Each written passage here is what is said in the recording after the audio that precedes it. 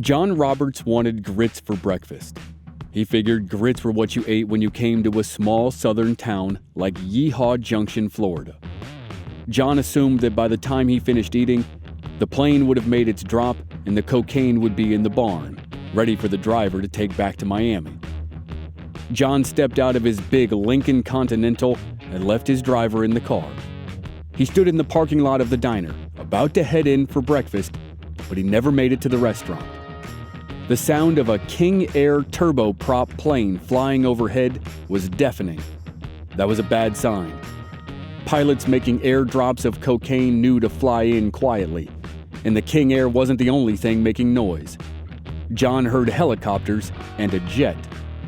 He barked at his driver to move over, and he slid in behind the wheel of the car. Before Jon could hit the gas, he heard police sirens.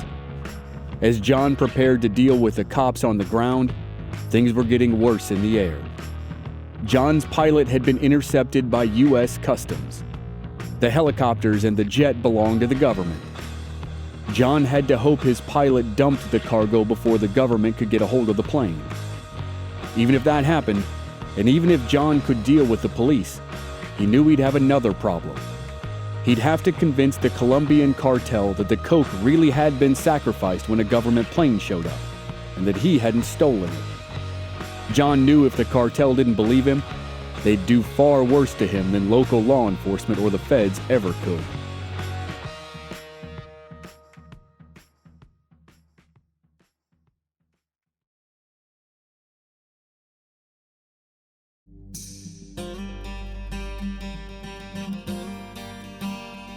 From Black Barrel Media, this is Infamous America. I'm your host, Chris Wimmer. In this season, we're telling a 6-part story about the Miami drug wars of the 1970s and 1980s. This is episode 2. Evil is stronger than good.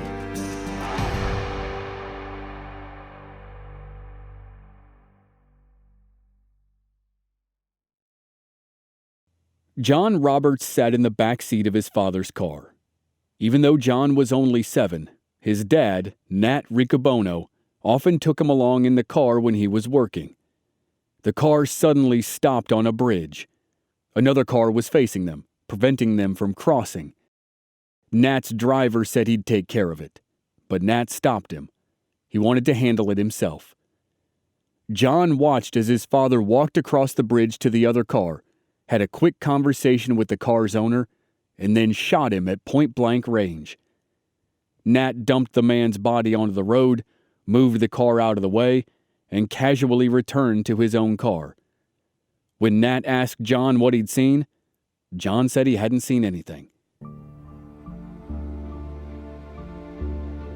Later in life, Jon would admit that as he watched things unfold on the bridge, he started to realize that he didn't react to violence like most people. He witnessed his father shoot another man, and he felt nothing. In American Desperado, the book he wrote with author Evan Wright, Jon said, "I might be a sociopath. Most of the time I've been on this earth, I've had no regard for human life. That's been the key to my success." In that moment, Jon also realized he'd been born into the mafia. It was never talked about at home, but there was no way around it. Jon's father and uncles had come from Sicily. They settled in the Little Italy section of the Bronx and worked with legendary mobsters Lucky Luciano and Meyer Lansky. Later, the brothers served under mafia boss Carlo Gambino. When Jon was about 11, his father was deported to Sicily after the cops cracked down on members of the mafia in the area. Jon had never been particularly close to his father, but one of Nat's sayings stuck with him for the rest of his life. From the time he was a little boy, his father would tell him, "Evil is stronger than good." With his father gone, Jon's mother tried to steer him away from a life of crime. But Jon already felt the pull of evil, as it were. Even before becoming a member of the Gambino crime family like his father before him, Jon got a rush of stealing from other kids and beating them up in the process if he had to. In 1965, Jon got caught up in a kidnapping case and was sent to the Manhattan Detention Center, known locally as the Tombs. Jon faced serious time, but the United States government bailed him out. If Jon went to Vietnam, his criminal record would be wiped clean. He took them up on the deal. Even for a man with a self-proclaimed lack of regard for human life, Vietnam was intense. Jon admitted later that he suffered a mental break during the war. There were certain things he'd seen that he couldn't shake. Still, when he returned to America at the age of 20, he felt better than a lot of young men who were coming home. At least he knew he had a job and a future. With his criminal record erased, Jon could have gone straight, but that was never his plan. Instead, he went to work for his uncles. He collected debts and shook down people when they wouldn't pay. The family got into the nightclub business, and Jon helped run the operation. The job put him in close proximity with two of the things he loved most in life: women and drugs. He quickly went from smoking marijuana and dropping acid to taking PCP regularly. The drugs fueled Jon's violent side. He said he got off on crime. He started robbing other mobsters. It wasn't about the money. He loved the risk, and he loved embarrassing the so-called powerful men. His actions came to a head when he had an affair with an older wise guy's wife. One day, the mobster came home to find his wife and Jon mostly naked and in bed together. As Jon tried to run out, the mobster shot him in the ass. As Jon lay bleeding from his backside on the floor, the mobster beat him mercilessly and then dragged him out onto the sidewalk. Jon woke up in the hospital and soon found out that his standing in the mob was on shaky ground. His time in New York was coming to an end.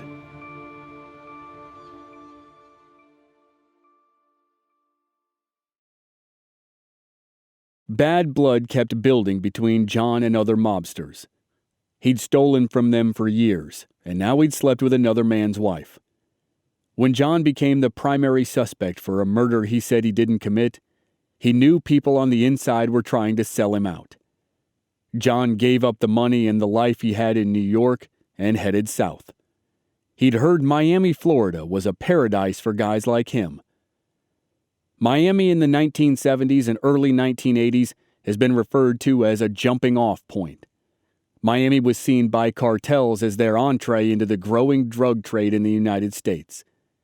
Americans across the country were hungry for marijuana and cocaine. Once inside the border, the drugs seemed to sell themselves. But getting inside the border was the key. The cartels needed talented smugglers. When Jon arrived in Miami at the age of 26, he called it a virgin city. It hadn't yet descended into the chaos of the cocaine wars, and a criminal like Jon could still operate pretty much under the radar. He'd long since changed his last name to Roberts, taking it from actor Pernell Roberts, who played one of his favorite TV cowboys on Bonanza. In Miami, people didn't automatically know who his dad and his uncles were, which gave him the freedom to start over. He got into the drug trade, primarily selling marijuana with just a little cocaine on the side. But he quickly realized coke was where the real money was. He shifted his focus and slowly grew his operation like any entrepreneur. He made contacts who led to other contacts, and soon he was dealing coke to wealthier clients who wanted to buy larger quantities. He called these people weekend warriors. They were doctors, lawyers, and other people with money who worked hard all week and then spent their weekends getting as high as possible. Jon hooked up with a stewardess friend, and soon she was helping him smuggle coke to the West Coast. He started pulling in thousands of dollars a week. Like so many others in the trade, he bought property and cars. He also had an affinity for racehorses. Miami was proving to be the paradise he'd heard about, and he was making a name for himself. Soon, he'd attract the type of company that could help him take his business to a whole new level. In 1976, the Medellin cartel was founded in Colombia and firmly established itself in the cocaine trade. Griselda Blanco, known as the Black Widow and the Godmother, worked directly with the cartel and quickly amassed power and wealth in Miami. Griselda ran a vast drug operation that was only getting bigger. Still, she wasn't the only game in town. After meeting a young man named Fabito in 1978, Jon made his own high-level connection with the Colombians. Fabito was Fabio Ochoa Vasquez, the younger brother of the infamous Ochoa brothers, who helped found the Medellin cartel with Pablo Escobar. Fabito was in Miami helping his brothers expand their business. He was looking for talented smugglers, and he thought Jon was the right man for the job. As the operation in Medellin grew, Jon's business grew alongside it. There seemed to be an endless demand for Colombian cocaine in America, which enabled the Medellin cartel to continually increase its supply. The growing supply allowed them to undercut the prices of other groups who sold cocaine, which only increased the demand for the Colombian product. The Medellin cartel essentially cornered the market, and their client base grew. Jon added celebrities and athletes to his stable of weekend warriors. One of his classic stories is about providing cocaine for several Pittsburgh Steelers the night before they beat the Dallas Cowboys in Super Bowl VIII. It was January of 1979, and Jon's business continued to skyrocket. But tensions were rising in Miami. A number of Cuban gangs had been virtually cut out of the cocaine trade, and not all of the Colombian traffickers saw themselves as being on the same team. Griselda Blanco, who Jon Roberts would later call a beast of a woman, wanted to send a message to her rivals. In the summer of 1979, Griselda ignited the cocaine wars, drew the attention of the federal government, and forced smugglers like Jon to rethink how they brought drugs into the country.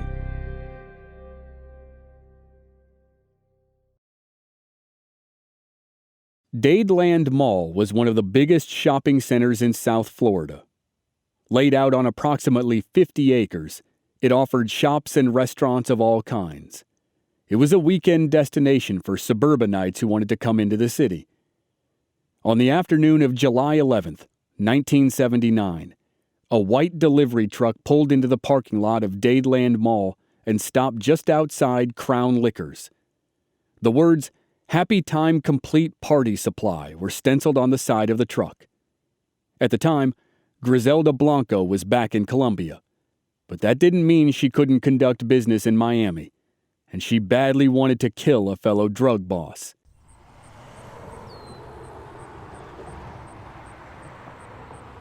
A little before 2:30 p.m., the drug boss, Herman Jimenez Pineso, walked into Crown Liquors with his bodyguard. Jimenez supposedly asked the clerk where to find the Chivas Regal. Before the bodyguard could grab a bottle for his boss, two men stepped out of the white delivery truck and walked into the store. One man carried a .380 Beretta automatic handgun. The other had an Ingram MAC-10 machine pistol. The two men unloaded their weapons. Glass bottles exploded and liquor sprayed everywhere. Bullets peppered the walls and the floor and the ceiling. Jimenez and his bodyguard died on the spot. The lone employee in the store was wounded. A police officer said later, the dead men looked like Swiss cheese. The gunmen kept firing even after the bodies hit the floor. When the shooters thought their work was done, they hurried back out into the parking lot and fired random shots so no one would try to follow them.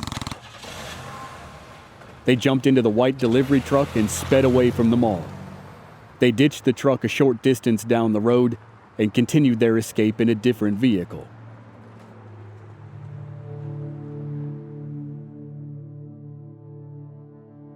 By the time the police arrived, Dadeland was in chaos.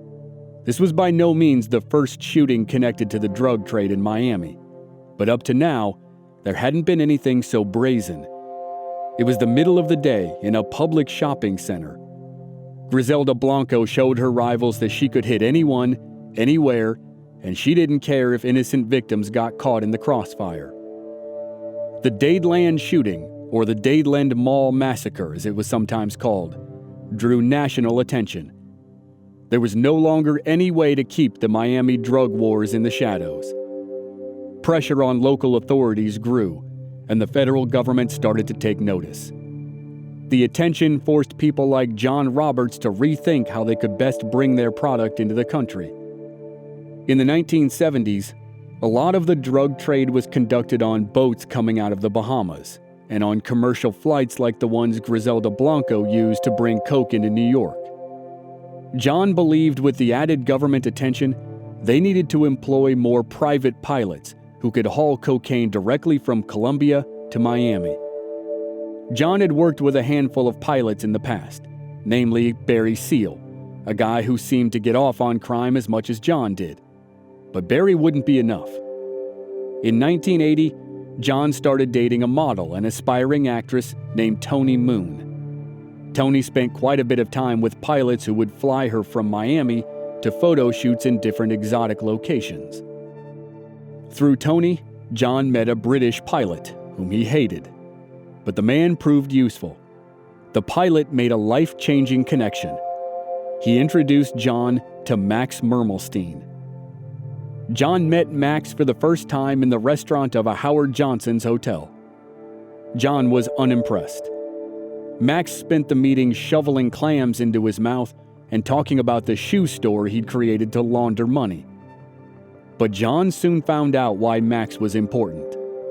Max Mermelstein was one of the highest-ranking Americans in the Medellin cartel.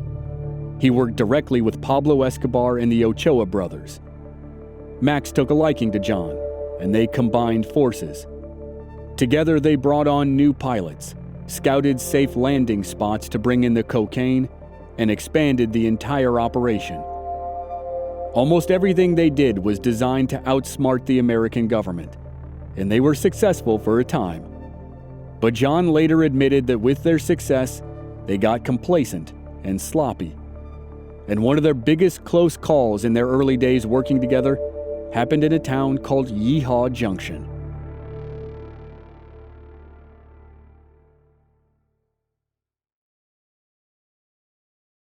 Jon couldn't believe there was actually a place called Yeehaw Junction. But it was real, and still is, though it's too small to be called a town.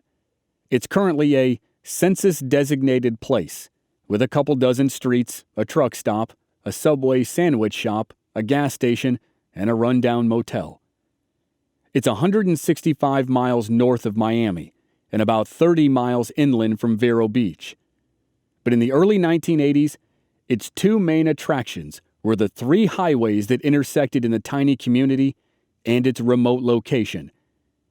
Yeehaw Junction sits right in the middle of a giant circle of wildlife preserves, conservation areas, and state parks.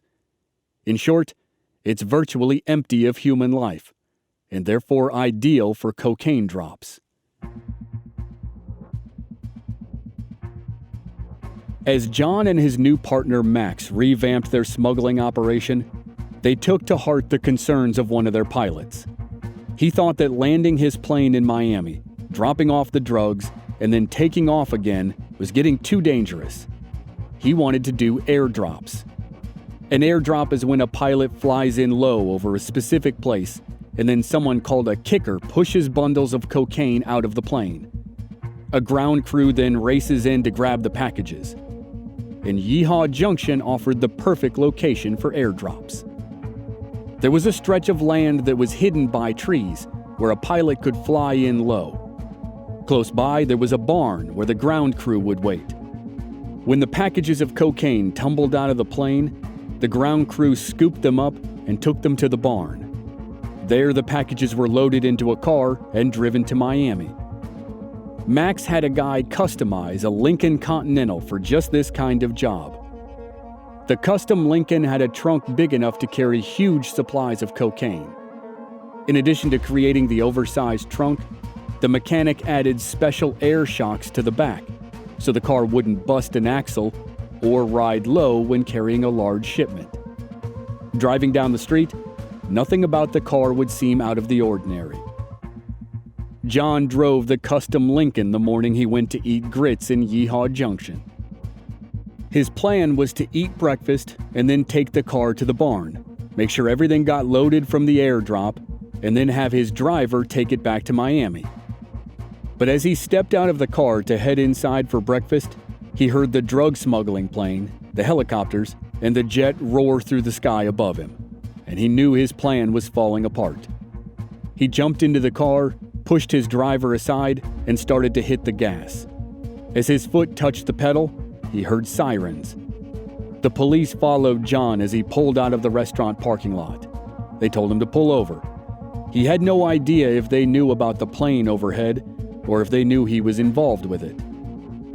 Most people who knew Jon Roberts talked about how charming he could be. His charm had helped him with work and women for years. Now he needed it to get him out of a jam with some small-town cops. They asked him what an out-of-towner was doing in Yeehaw Junction. He told them he'd wanted some grits. He joked with them about the name of their town. He told them his friend had souped up the Lincoln's engine and he needed an open road to test drive it. Somehow the lie worked. By the end of the conversation, Jon was back in his car, speeding down the highway, and the cops were escorting him and cheering him on to drive faster. As it turned out, they weren't connected to the airdrop at all. After Jon's brief run-in with the Yeehaw Junction police, he tried to figure out what happened with the airdrop. His pilot told him the government tried to intercept the plane. The pilot and the kicker got rid of the packages far from the original drop point and then managed to get away. Government officials searched and found the packages. Max Mermelstein panicked when he heard about the close call. He'd have to deal with the cartel.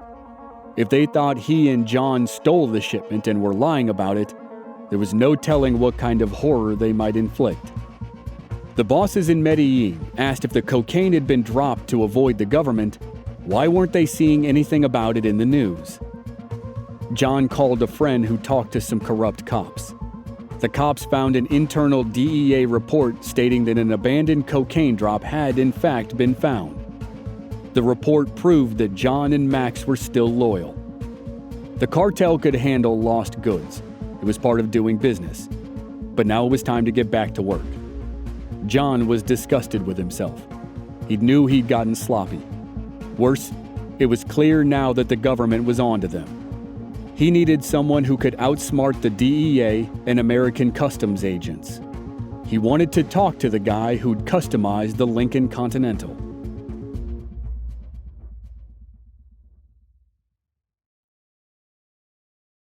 Mickey Munday could build almost anything. Later in life, Jon would compare him to MacGyver. Mickey loved to tinker, and he believed there was always a way to improve an existing piece of technology or equipment. Mickey would say, "If it rolls, floats, or flies, I can make it go faster." Mickey and Jon couldn't have been more different. Mickey was born in Miami in 1945 and spent most of his life in Florida.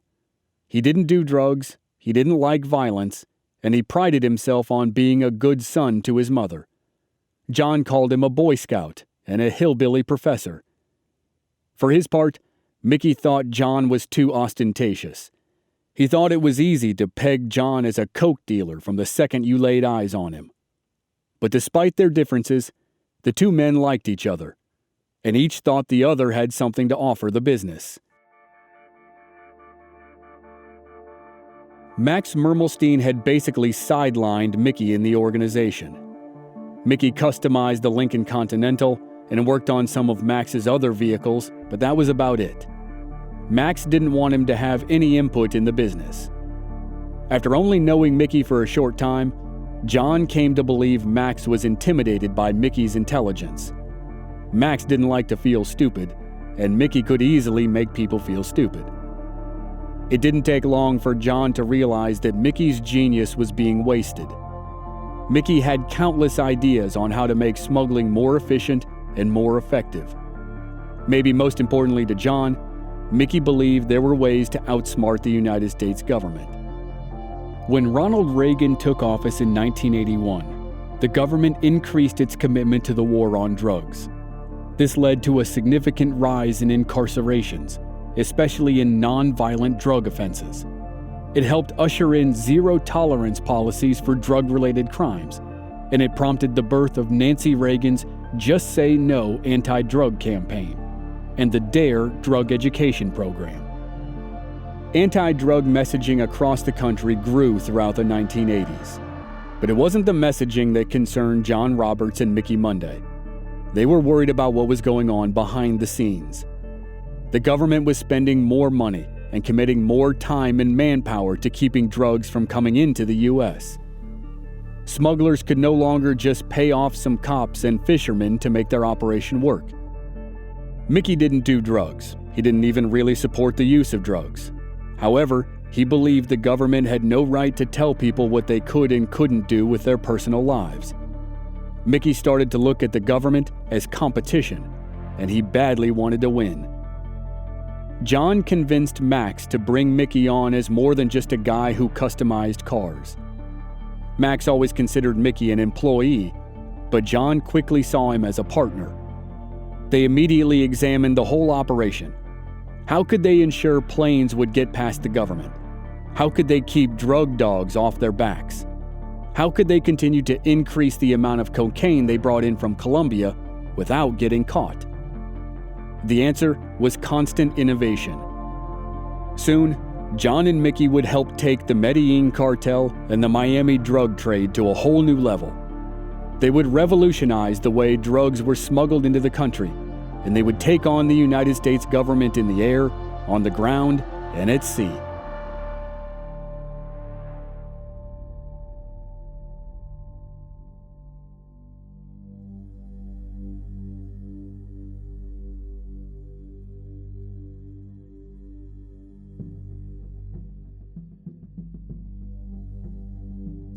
Next time on Infamous America, Jon Roberts and Mickey Munday stay a step ahead of the U.S. government and reshape the entire smuggling industry. Griselda Blanco escalates her attacks on her rivals, and the three of them help the Medellin cartel increase its hold on the cocaine trade. Together, they push Miami to its breaking point. That's next week on Infamous America. And members of our Black Barrel Plus program don't have to wait week to week. They receive early access and the entire season to binge all at once with no commercials. Sign up now through the link in the show notes or on our website, blackbarrelmedia.com. Memberships begin at just $5 per month. This season was co-executive produced by Stephen Walters in association with Ritual Productions. Research and writing by Michael Federico. Original music by Rob Valier. Audio editing and sound design by Dave Harrison. I'm your host and producer, Chris Wimmer. Find us at our website, blackbarrelmedia.com, or on our social media channels. We're Black Barrel Media on Facebook and Instagram, and B Barrel Media on Twitter. And you can stream all our episodes on YouTube. Just search for Infamous America Podcast. Thanks for listening.